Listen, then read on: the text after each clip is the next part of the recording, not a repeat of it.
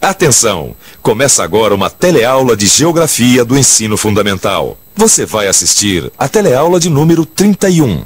Bons estudos!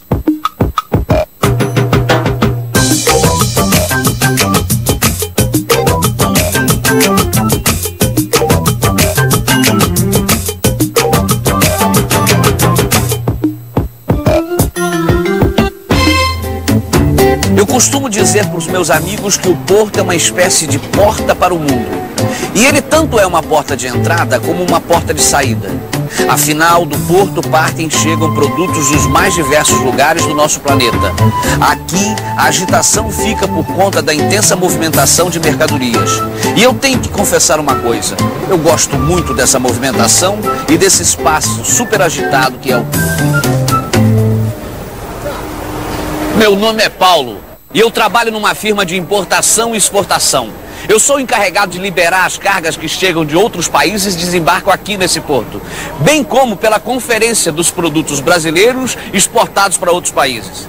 Nessa teleaula nós vamos iniciar o nosso estudo sobre a América Latina. Você vai ver que a gente faz parte de uma região que apresenta muitas identidades e que isso acontece devido à sua formação histórica e ao seu nível de desenvolvimento. E aí, que tal uma nova carga de informações? Então vamos nessa, que a nossa teleaula está começando agora.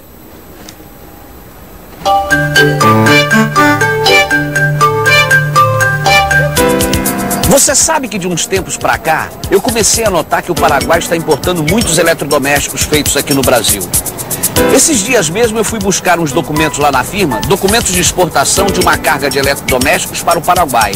Aí eu perguntei para o meu amigo Rui, que é o gerente comercial da firma, por que será que o Paraguai está importando tantos eletrodomésticos? Sabe o que ele me disse?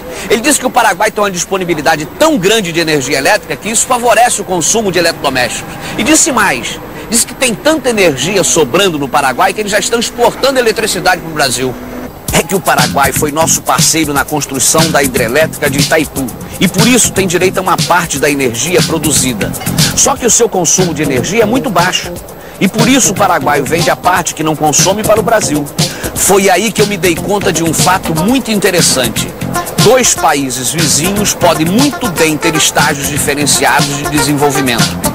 O Brasil, por exemplo, possui uma sólida base industrial e por isso é grande consumidor de energia. Já o paraguaio apresenta baixos índices de industrialização, sendo grande importador de produtos industrializados, que é a base do seu intenso comércio. México, Peru, Argentina, Colômbia. Quem diria, hein? Eu aqui no meu trabalho de carteiro entrego correspondências de quase todos os países da América Latina. E por esses cartões aqui, dá pra perceber que eles têm lá as suas diferenças. Agora, por que será que eles são chamados de América Latina? Não, e mais, o que é a América Latina? Você sabe? Se não sabe, então fique por dentro.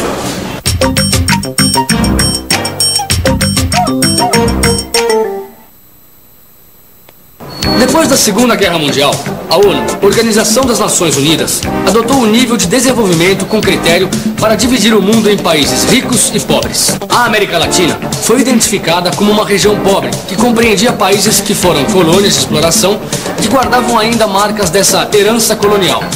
E os países latino-americanos apresentam vários traços comuns. Seu passado colonial, ligado principalmente à Espanha e a Portugal, situação de subdesenvolvimento e dependência e extrema pobreza de grande parte da população. Outro ponto em comum.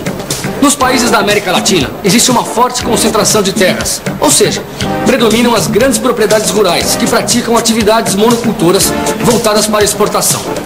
A exploração da força de trabalho com baixos salários é outra característica comum da América Latina. Ô, Mário, só tem uma coisa que eu não entendi.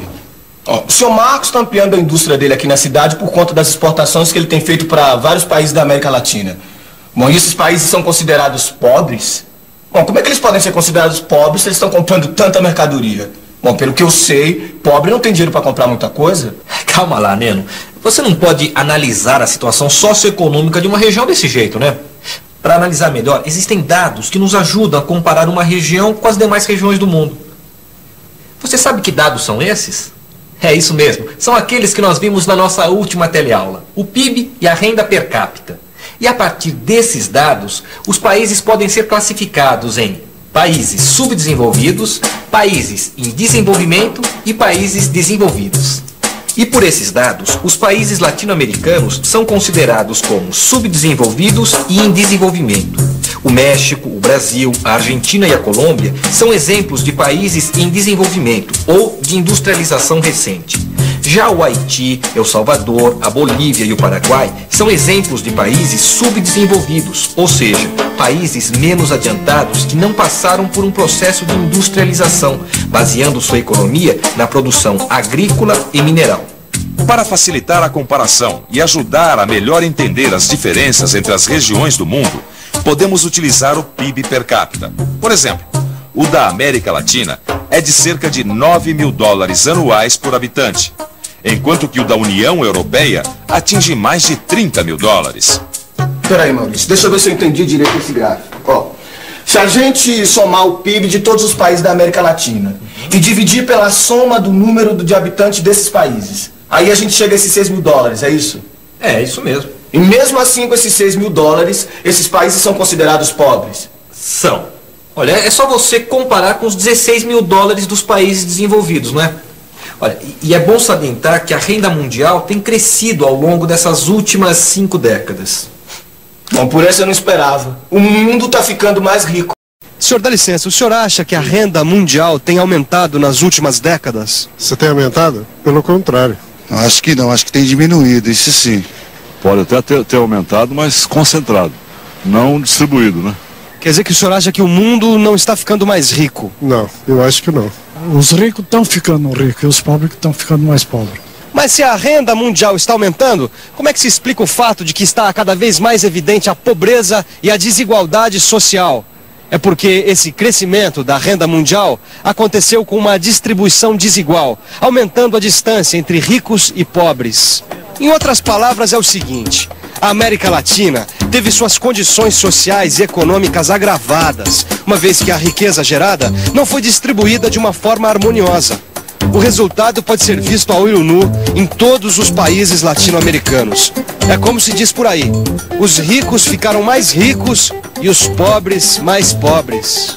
Sabe que até um tempo atrás eu achava que as coisas eram mais simples. Eu pensava assim: se um país importa uma infinidade de máquinas, carros e equipamentos sofisticados, é porque ele está montado na grana, quer dizer, tem dinheiro. A mesma coisa um país que exporta uma série de produtos. Se exporta, está recebendo dinheiro. Eu achava que isso bastava para saber se um país era rico e desenvolvido. Como eu estava enganado. Para saber a quantas anda o desenvolvimento de uma região, é preciso analisar uma série de outras variáveis. Quer ver só? Hoje eu sei que para uma análise mais completa das diversas regiões do mundo são necessários os seguintes dados: a esperança de vida, o consumo diário de calorias por pessoa, a porcentagem da população com acesso à saúde, à água potável e ao saneamento básico, a taxa de alfabetização da população adulta, o consumo de energia e a reciclagem do lixo. Tá vendo só? Para analisar o desenvolvimento de uma região, não basta saber se ela importa muito, se exporta muito. Tem que saber mais detalhadamente da realidade de vida das pessoas que habitam esta região. Para facilitar essa análise, a ONU criou o Índice de Desenvolvimento Humano, IDH. Esse índice leva em conta 3 componentes básicos: a longevidade, que é a expectativa de vida que a pessoa tem ao nascer; o nível de conhecimento, que é medido pela quantidade de adultos alfabetizados e pela média de quantidade de anos de escolaridade; e por último, o nível de vida, que é medido pelo poder aquisitivo. Em 2005, a América Latina registrava um IDH de 0,803.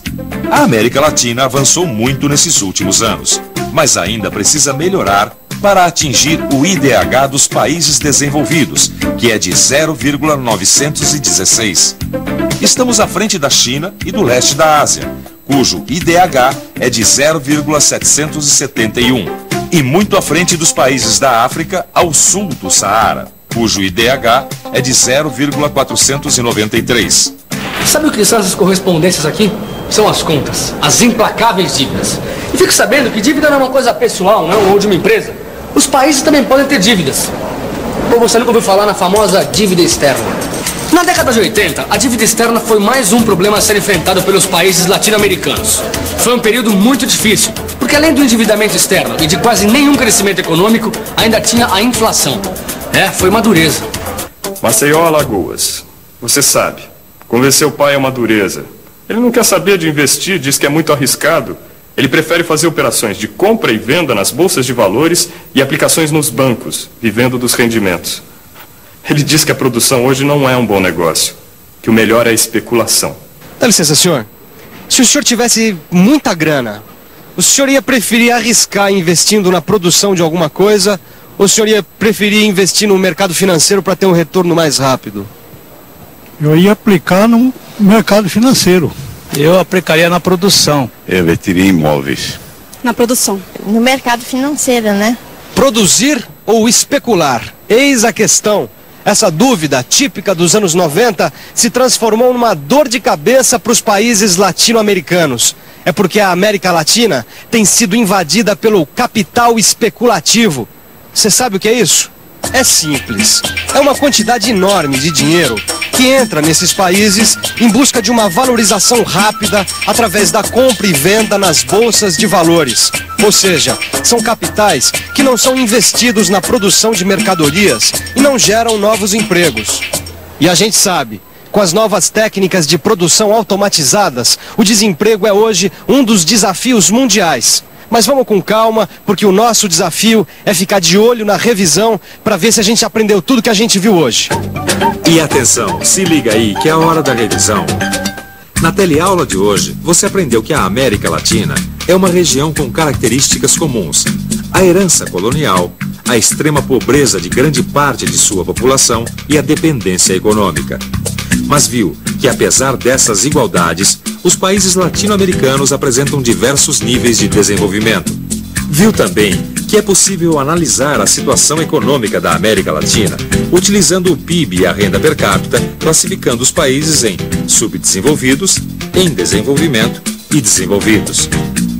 Aprendeu que o IDH é um índice que mede mais precisamente o nível de desenvolvimento de países e regiões, levando em conta a longevidade, o nível de conhecimento e o nível de vida de sua população. Por último, você ficou sabendo que a dívida externa bloqueou o desenvolvimento da América Latina na década de 80 e que os capitais especulativos se transformaram numa das principais questões dos anos 90 junto com o desemprego. Como dizem os marinheiros, navegar é preciso. No nosso caso, estudar é que é preciso. Estudar e fazer os exercícios. Na próxima teleaula tem mais América Latina. Não perca!